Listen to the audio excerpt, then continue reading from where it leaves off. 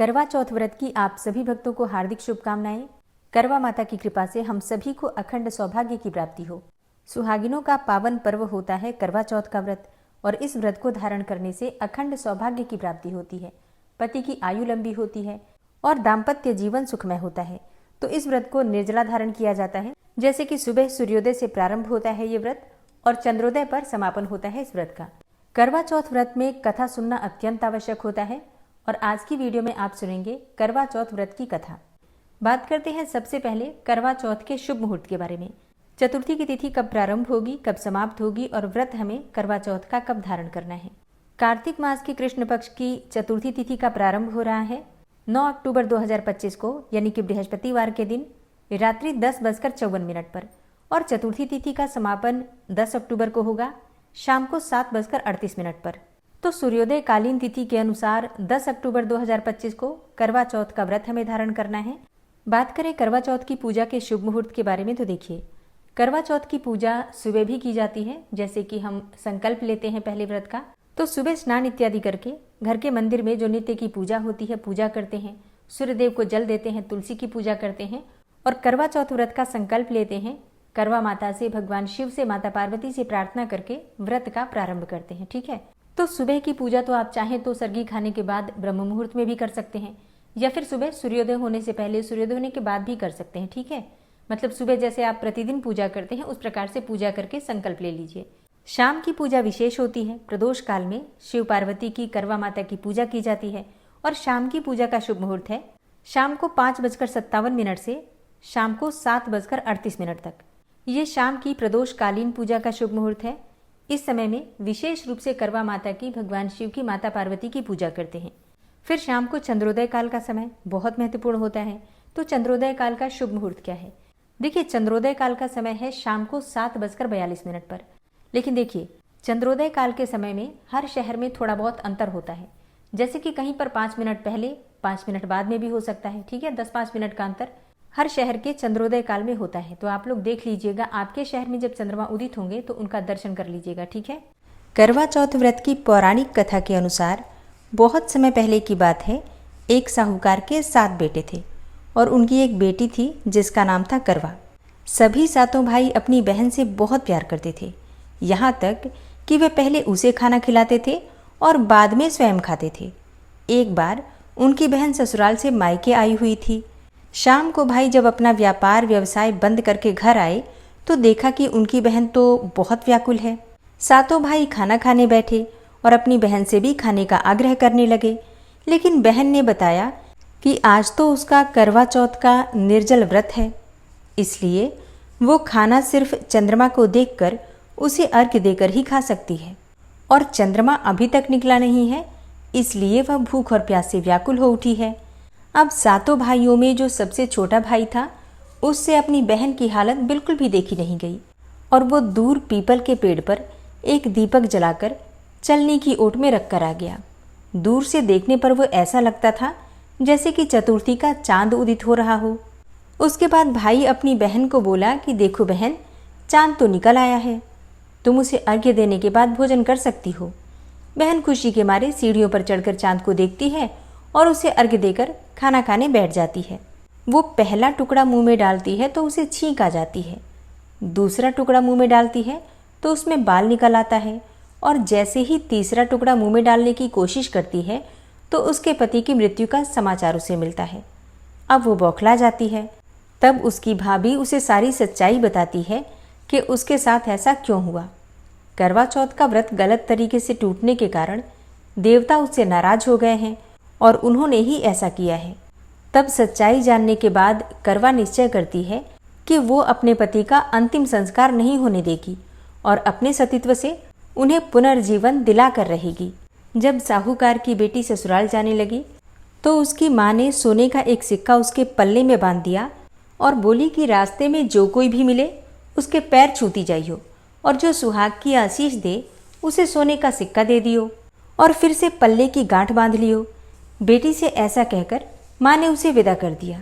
अब तो रास्ते में जो कोई भी मिले साहूकार की बेटी सबके पैर छुए, लेकिन सबने यही आशीर्वाद दिया कि सीली हो, सबीरी हो, बहुत बहुत भैया की बहन हो, अपने भाइयों का सुख देख।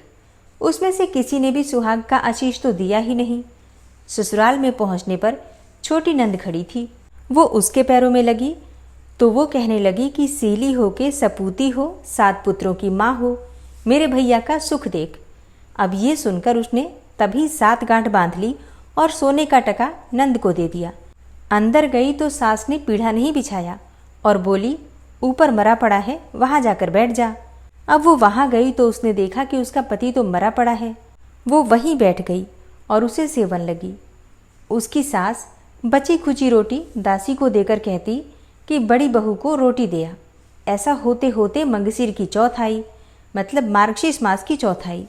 चौथ माता बोली कि करवा ले भाइयों की प्यारी करवा ले, दिन में चांद उगानी करवा ले, घड़ी भूखी करवा ले। तब वो चौथ माता को देखकर बोली कि माता, तुम्ही ने उजाड़ी है, तुम ही सुधारोगी, मुझे सुहाग तो देना पड़ेगा। चौथ माता ने कहा कि पौष की चौथ आएगी, जो मेरे से बड़ी है वो तुझे सुहाग देगी। इसी तरह पौष की चौथ माता आकर चली गई, माघ की फागुन की चौथ आकर भी चली गई, चैत की बैसाख की, जेठ की आषाढ़ की, श्रावण की भादों की, सारी चौथ यही जवाब देती गई कि अगली चौथ आएगी, उससे कहियो वो तुझे सुहाग देगी। इसके बाद आश्विन मास की चौथ आई। उस चौथ ने कहा कि तेरे पर तो कार्तिक मास की चौथ नाराज है, उसी ने तेरा सुहाग लिया है और वही तुझे सुहाग देगी। उसी का पैर पकड़कर बैठ जाइयो, फिर वही तुझे सुहाग देगी। ऐसा कहकर आश्विन चौथ माता तो चली गई। बाद में कार्तिक मास की चौथ माता आई और गुस्से से बोली कि भैया की प्यारी करवा ले, दिन में चांद उगानी करवा ले, घनी भूखली करवा ले, व्रत भंडनी करवा ले। तब साहूकार की बेटी पैर पकड़कर बैठ गई और रोने लगी। हाथ जोड़कर बोली, हे चौथ माता, मेरा सुहाग तेरे हाथ में है, तुम्हें देना पड़ेगा। तब चौथ माता बोली कि छोड़ पापिनी हत्यारिणी, मेरा पग क्यों पकड़कर बैठी है। तब वो बोली कि माता मेरे से बिगड़ी हो, अब तुम्हें ही मेरा सुहाग देना पड़ेगा। चौथ माता राजी हो गई और आँख में से काजल निकाला, नाखून में से मेहंदी निकाली और टीका में से रोली निकालकर चिटली उंगली का छींटा दिया। देते ही उसका पति उठकर बैठ गया और बोला कि बहुत सोया। तब वो बोली कि तुम क्या सोए, मुझे तो 12 महीने हो गए। तब चौथ माता ने सुहाग दिया है। तब उसका पति बोला कि चौथ माता का उजमन कर। तब उसने चौथ माता की कहानी सुनी, करवा मिंसा, खूब चूरमा किया। फिर दोनों पति पत्नी जीम कर चौपड़ पासा खेलने लगे। तभी नीचे से उसकी सास ने रोटी भेजी तो दासी ने आकर कहा कि वो दोनों तो चौपड़ पासा खेल रहे हैं। सास देखकर खुश हो गई और बोली, क्या बात हुई। वो बोली कि मेरे तो चौथ माता आई हैं।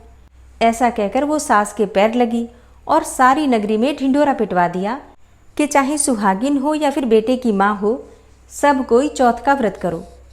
13 चौथ करो, नहीं तो 4 करो, नहीं तो 2 चौथ तो ज़रूर करो। हे चौथ माता, जैसे साहूकार की बेटी को सुहाग दिया, वैसा सबको दियो, हमें भी दियो। कहते सुनते हुंकारा भरते को, अपने सारे परिवार को सुहाग दियो।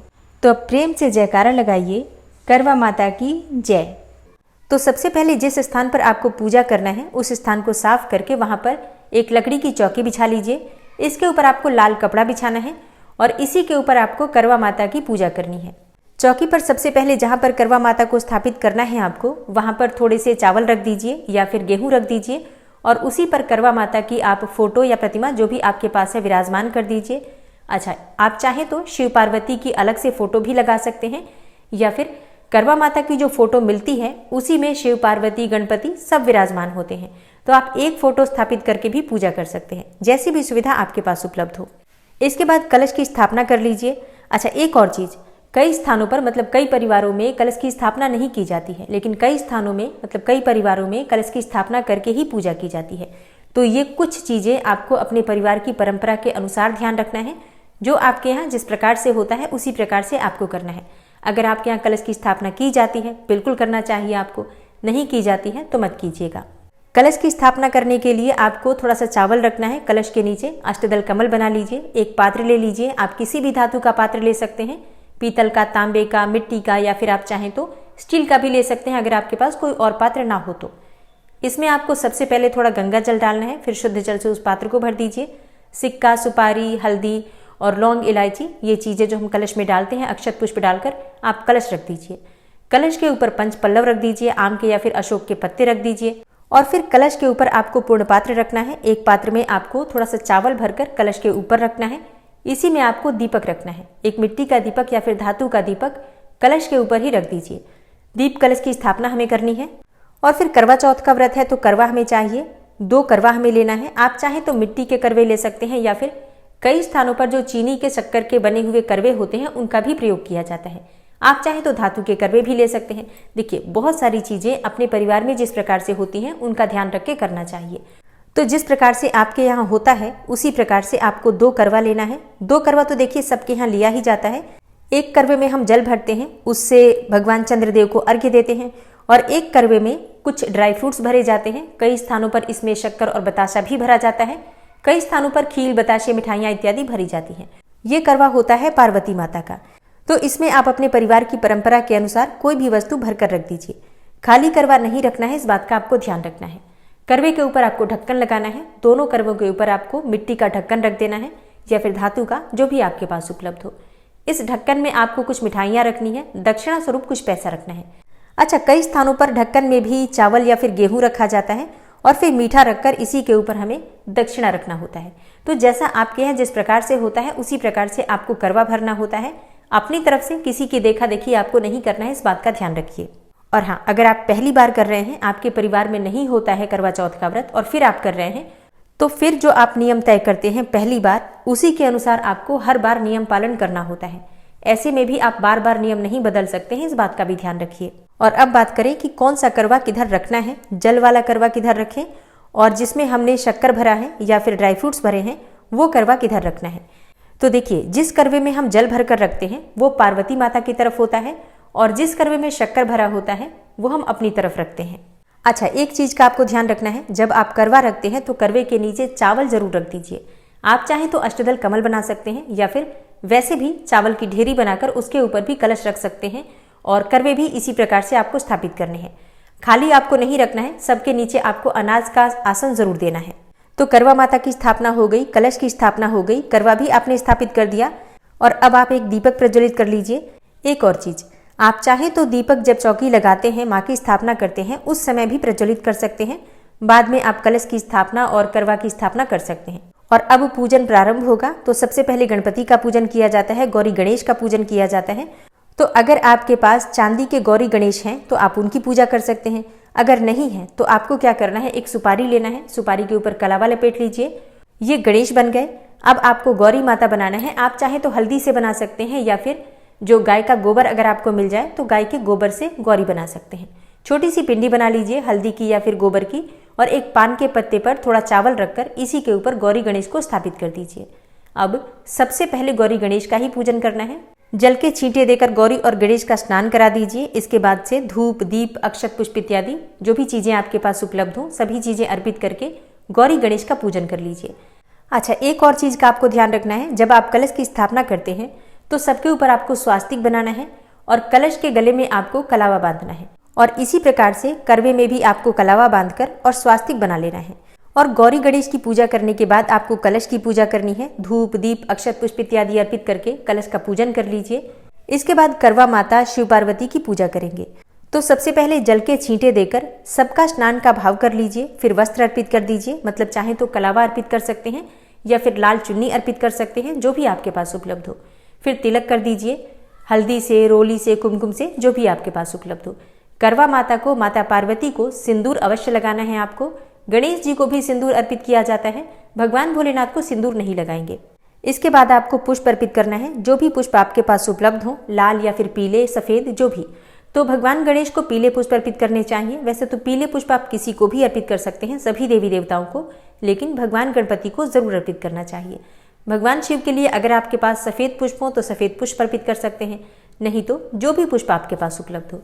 लाल गुड़हल के या फिर गुलाब के पुष्प करवा माता को और माता पार्वती को अर्पित करना चाहिए। मतलब देखिए, सभी देवी देवता जो भी आपके चौकी पर विराजित हैं, चाहे वो कलश देवता हो या फिर जो आपकी करवा आपने स्थापित कर रखी है, करवा के स्वरूप में जो भी आपने पात्र स्थापित कर रखा है उसमें भी आपको तिलक करना है। धूप, दीप, पुष्प इत्यादि सबको दिखाना है और जो आपने फोटो रखी है करवा माता की या फिर शिव पार्वती की, उनको भी आपने धूप दीप अक्षत पुष्प से पूजन करना है। इसके बाद सुहाग की सामग्री आपको अर्पित करनी है, जो भी आपके पास उपलब्ध हो। देखिए, कहा जाता है 16 श्रृंगार की सामग्री माता को अर्पित करनी चाहिए। तो अगर आपके पास 16 श्रृंगार की सामग्री उपलब्ध है तो माता को अर्पित कीजिए। अगर इतनी सारी सामग्री नहीं है तो जो आपके पास उपलब्ध हो, जैसे कि सिंदूर, बिंदी, चूड़ियां, मेहंदी, जो आपके पास उपलब्ध हो, यथाशक्ति माँ को अर्पित कीजिए। और जैसे कि कुंवारी कन्याएं अगर व्रत धारण कर रही हैं तो उन्हें कौन सी सुहाग की सामग्री अर्पित करनी चाहिए? देखिए, कुंवारी कन्याएं सिंदूर नहीं चढ़ा सकती हैं, बिछुए नहीं चढ़ा सकती हैं आप। बाकी की सारी चीजें आप भी चढ़ा सकते हैं, जो आप प्रयोग करना चाहे स्वयं कर सकते हैं। कुछ चीजें आप दान कर सकते हैं। अब जो आप लोगों का प्रश्न आता है कि सुहाग की सामग्री का हम दान किसे करें?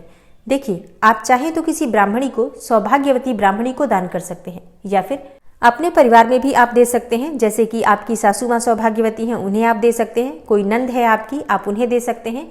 या फिर बड़ी जेठानी हो, देवरानी हो, आप उन्हें भी दे सकते हैं। वैसे कहा जाता है कि जो हम सौभाग्यवती महिलाओं को सुहाग की सामग्री देते हैं, अगर वो बुजुर्ग हो और सौभाग्यवती हो तो अत्यंत श्रेष्ठ माना जाता है। ऐसी बुजुर्ग सौभाग्यवती महिला को सुहाग की सामग्री दक्षिणा के साथ दीजिए, उनका मुंह मीठा कराइए और चरण स्पर्श करके उनका आशीर्वाद लीजिए, तो अखंड सौभाग्य आपको मिलता है।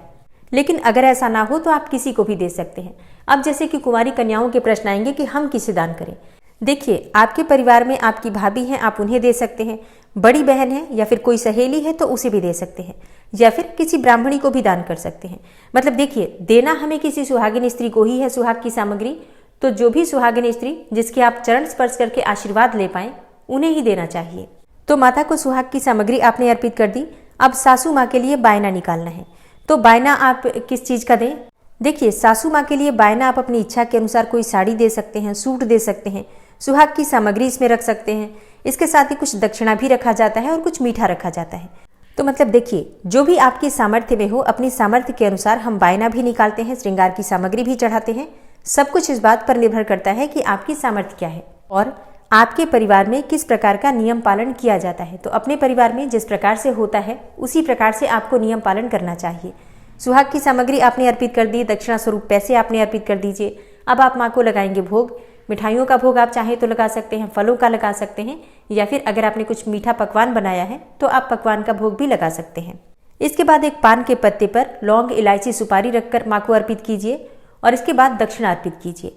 दक्षिणा मतलब अपनी इच्छा के अनुसार आप कुछ पैसे वहां पर जरूर अर्पित कीजिए। जब हम भोग अर्पित करते हैं माँ को और मुख शुद्धि के लिए पान अर्पित करते हैं तो उसके बाद से दक्षिणा जरूर रखना चाहिए। आप चाहे तो 1 रुपये का सिक्का भी रख सकते हैं, या फिर अपनी इच्छा के अनुसार 100 रुपये, 500 रुपये, जो भी आपके पास हो रख सकते हैं। इस दक्षिणा का क्या करना है? देखिए, जो भी हम दक्षिणा अर्पित करते हैं, आप कुछ चीजें ब्राह्मण को दान कर दीजिए, कुछ पैसे ब्राह्मण को भी दान करना चाहिए, और कुछ चीजें अपनी सासू माँ को बायने के स्वरूप में जब आप बायना देंगे तो उसके साथ भी दे सकते हैं। बाकी चौकी पर चढ़ा हुआ कोई भी पैसा आप स्वयं प्रयोग नहीं कर सकते हैं। सारे पैसे दान में ही जाते हैं, चाहे वो ब्राह्मण को दिए जाएं या फिर सौभाग्यवती स्त्री को दिए जाएं। इसके बाद भोग के चारों तरफ आपको जल का 2 बार घेरा देना है और अपने दोनों हाथ जोड़कर प्रार्थना कीजिए कि हे करवा माता, जो भी मैंने पूजा की, जिस भी प्रकार से की, आप स्वीकार कीजिए और जाने अनजाने मुझसे कोई भूल चूक हुई हो तो मुझे क्षमा कीजिए। इसके बाद अपने सामने एक जल का पात्र रखिए और अब आपको कथा सुनना है। करवा माता की कथा आप चाहें तो किताब से पढ़ सकते हैं, या फिर हमारे चैनल पर भी वीडियो अपलोड होती है कथा की, आप वहीं पर बैठकर सुन सकते हैं। और जब आप कथा सुनेंगे तो आपके हाथ में थोड़े से अक्षत के दाने, जो कि बिल्कुल भी अखंडित चावल होते हैं, ऐसे चावल ले लीजिए और थोड़े से पुष्प रख लीजिए, फिर हाथ में लेकर और कथा सुन लीजिए। कथा सुनने के बाद आपके हाथ में जो सामग्री है, अक्षत और पुष्प, इसमें से थोड़े से अक्षत और पुष्प आपको जल में डालना है। जो आपके सामने जल का पात्र है उसमें रखना है और बाकी अपने पल्लू में आप बांध लेंगे। और अब इसके बाद आपको करनी है भगवान भोलेनाथ, करवा माता और माता पार्वती की आरती। तो इसके लिए आप कपूर प्रज्वलित कर लीजिए और उसी से भगवान भोलेनाथ की आरती गाते हुए सबकी आरती गा लीजिए। आप चाहें तो कर्पूर गौरम करुणावतारम संसार सारम भुजगेंद्रहारम, इस आरती के द्वारा भी सबकी आरती कर सकते हैं, या फिर ओम जय शिव ओमकारा, इस आरती के द्वारा भी सबकी आरती पूरी कर सकते हैं। और आरती करने के बाद क्षमा प्रार्थना जरूर करना चाहिए कि हे माँ पार्वती, हे करवा माता, हे भगवान भोलेनाथ, हम पर कृपा करें। जो भी पूजा पाठ में कोई भूल चूक हुई हो उसे क्षमा करें। यथाशक्ति यथासंभव मैंने जो आपकी पूजा की उसे स्वीकार करके मुझ पर कृपा करें, मेरे परिवार पर कृपा करें, मेरे पति, मेरे बच्चों पर और मुझ पर अपनी कृपा सदैव बनाकर रखें। मुझे अखंड सौभाग्य की प्राप्ति हो, सुखी दाम्पत्य जीवन की प्राप्ति हो और घर में, परिवार में हमेशा खुशहाली बनी रहे। इस प्रकार से करवा माता से, माता पार्वती से प्रार्थना करके अपनी पूजा को पूर्ण कर लीजिए। अच्छा हाँ, जब आप पूजा कर रहे हैं तो वहीं पर आपको छलनी भी रखनी है। जिस छलनी से आपको चांद देखना है उस छलनी की पूजा भी आपको धूप दीप दिखाकर कर लेना है। तो करवा माता के पास ही छलनी भी स्थापित करके और धूप दीप अर्पित करके तिलक लगाकर पूजा कर लीजिए। अब बात करें कि करवा किस प्रकार से फेरे अगर हम घर में अकेले रहते हैं। देखिए, कई स्थानों पर मतलब कई परिवारों में इस प्रकार की परंपरा होती है कि उनके यहाँ करवा फेरा ही नहीं जाता है, मतलब करवा बस पूजा किया जाता है, चंद्रमा को अर्घ्य दिया जाता है। लेकिन कई स्थानों में कई परिवारों में करवा फेरने की परंपरा है। तो अगर आपके यहाँ करवा फेरा जाता है और आप अकेले ही रह रहे हैं, तब आप माता पार्वती से अपना करवा फेरते हैं। मतलब जो माता पार्वती का करवा है और आपका करवा है, जैसे कि जिसमें आपने शक्कर भरा है वो माता पार्वती का करवा है और जिसमें आपने जल भरा है वो आपका करवा है। तो अपने दोनों हाथ क्रिस क्रॉस कर लीजिए और इसके बाद अपने दोनों हाथों से दोनों करवे एक साथ पकड़ लीजिए और फिर दोनों करवे इधर उधर मतलब स्थान बदलते हुए 7 बार आपको करवा फेरना है। मतलब माता पार्वती का करवा आपकी तरफ जाएगा, फिर आपका करवा माता पार्वती की तरफ आएगा। इस प्रकार से 7 बार आपको करवा फेरना है और इसी प्रकार से आप करवा फेर सकते हैं। 7 बार करवा फेरना है, इस बात का ध्यान रखिए।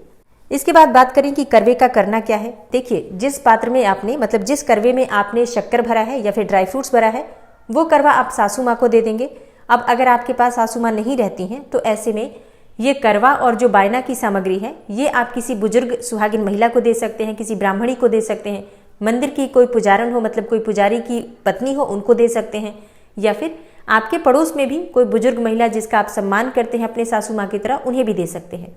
और दूसरे करवे में जिसमें आपने जल भरा है इससे आप चंद्रमा को अर्घ्य देंगे और चंद्रमा की पूजा के लिए जो भी आपने मीठी सामग्री करवे के ऊपर रखी है उसे भी चंद्रमा की पूजा में ही प्रयोग किया जाएगा। चंद्रमा को भोग लगाएंगे, धूप दीप अर्पित करके चंद्रमा की पूजा करेंगे। उम्मीद करती हूँ ये वीडियो आपके लिए उपयोगी होगी। इसके अलावा अगर आपका कोई प्रश्न हो तो कमेंट बॉक्स में ज़रूर लिख दीजिए। और हाँ, अगर आपको आज की वीडियो अच्छी लगी हो, थोड़ी सी भी आपके लिए हेल्पफुल हो तो वीडियो को लाइक कीजिए, ज़्यादा से ज़्यादा शेयर कीजिए और चैनल पर पहली बार आए हैं तो सब्सक्राइब करके बेल आइकन को ज़रूर प्रेस कर लीजिए, जिससे कि इस चैनल पर अपलोड होने वाली सभी वीडियोस की नोटिफिकेशन आपको सही समय पर प्राप्त हो। मिलती हूँ मैं आपसे अगली वीडियो में, तब तक के लिए नमस्कार।